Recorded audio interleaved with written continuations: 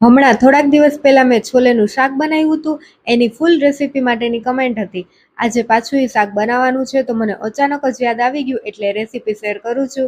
સૌપ્રથમ તેલમાં તજ, લવિંગ, બાદિયા, જીરું એ બધું મૂકીને ડુંગળી, મરચાં, ટમેટા સોતળી લેવાના છે. એક બાજુ હું શાકની તૈયારી કરું છું તો હેતવી બીજી બાજુ રોટલી બનાવે છે અને આ બાજુ ચણા પણ બફાય છે. સરસ, જો બધું સોતળાઈ ગયું છે એટલે હવે જરાક વાર આને ઠરવા મૂકી દેવાનું છે. ત્યાં સુધી હોલમાં ચક્કર મારી લઈએ. અહીંયા જો કામાક્ષી બાનો હાથ ચિતરવા બેસી ગઈ છે. એને કોન પૂરો થશે ને ત્યારે જ શાંતિ મળશે. ચાલો હવે આની ગ્રેવી બનાવી નાખીએ. મિક્સર જારમાં બધું સરસ પીસી નાખ્યું. હવે વઘાર કરવાનો છે ગ્રેવીનો. એના માટે એક તપેલીમાં તેલ મૂક્યું. એમાં ખાલી હિંગ જ નાખવાની છે, કેમ કે પેલા બધો મસાલો નાખી દીધો છે, તજ, લવિંગ ને એ. મને થોડુંક મોડું યાદ આવ્યું, બાકી ઈ પણ વિડીયોમાં લઈ લેત. પછી ગ્રેવી નાખી દીધી. હવે એમાં હળદર, ધાણા જીરું, મીઠું અને ટમેટા જેવા ખાટા હોય એ પ્રમાણે ખાંડ નાખવાની છે. પછી બધું મિક્સ કર્યું. હવે ધીમા ગેસે ગ્રેવીને ઢાંકીને રાખી દેવાની છે.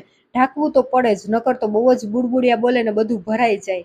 ગ્રેવીને થોડીક વાર ચડવા દઈએ. ત્યાં સુધી જોઉં કેવા સરસ અમારે પાંદ આવી ગયા છે. ઓલી કમળ કાકડી વાવી હતી ને એમાંથી. પણ આમાં વાર બહુ લાગે ફૂલ આવતા. 6 મહિના કે પછી વરસ દિવસ જેવું થઈ જાય ત્યારે પેલું ફૂલ આવે, એવું મેં થોડુંક રિસર્ચ કર્યું ને તો મને ખબર પડી.